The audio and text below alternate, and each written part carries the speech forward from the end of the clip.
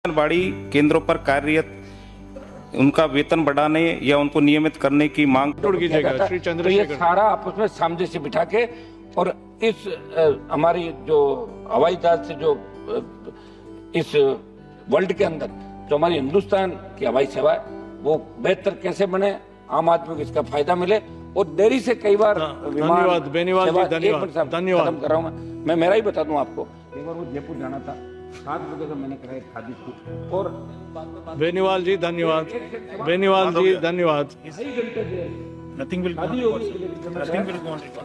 चलो चलो अच्छा बैठ बैठ जाओ बैठ तो आप इन सब बातों में ध्यान धन्यवाद बहुत बहुत धन्यवाद आपको। धन्यवाद सभापति महोदय।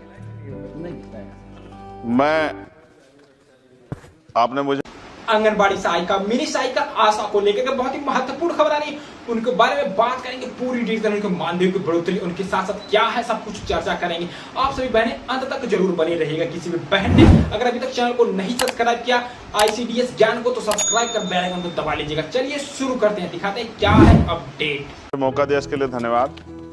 मैं अपने व्यक्तिगत जीवन में मेरे आज भी याद है, मेरी माँ ने एक बार मुझसे कहा कि मेरे मामा बहुत गौरवशाली हैं कि उनकी बिटिया ने उनको प्लेन का सफर करा दिया। क्योंकि हम गांव से आते हैं, किसान परिवार से हैं, तो हर चीज की हमारे लिए अहमियत है।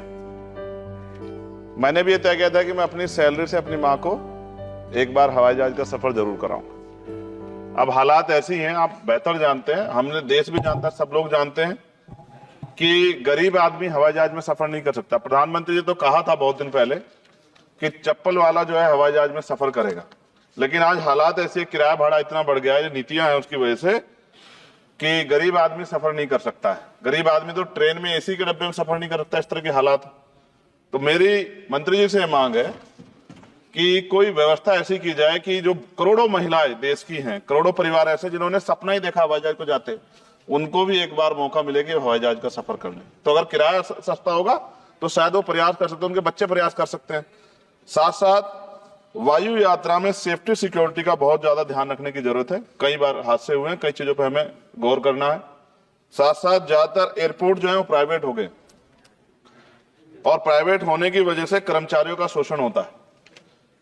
कर्मचारियों की, क्योंकि हमारे यहाँ बेरोजगारी बहुत है, तो कर्मचारियों को वहां काम करने में जो सैलरी मिलती है उसमें एक बार का टिकट भी नहीं आता कई जगह पे।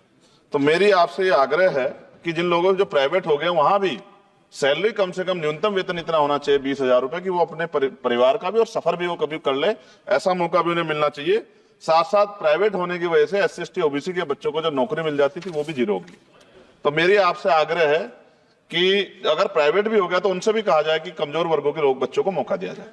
साथ साथ नगीना में जहां जिन्होंने मुझे चुन के भेजा, मैं उनका धन्यवाद करता हूं, उस क्षेत्र का, वहां एयरपोर्ट नहीं और लंबे समय से उनकी मांग, वहां पायलट ट्रेनिंग स्कूल भी नहीं है, एरोस्टेस ट्रेनिंग स्कूल भी वहां खोलना चाहिए, क्योंकि ग्रामीण क्षेत्रों की प्रतिभाओं को नकारना नहीं चाहिए।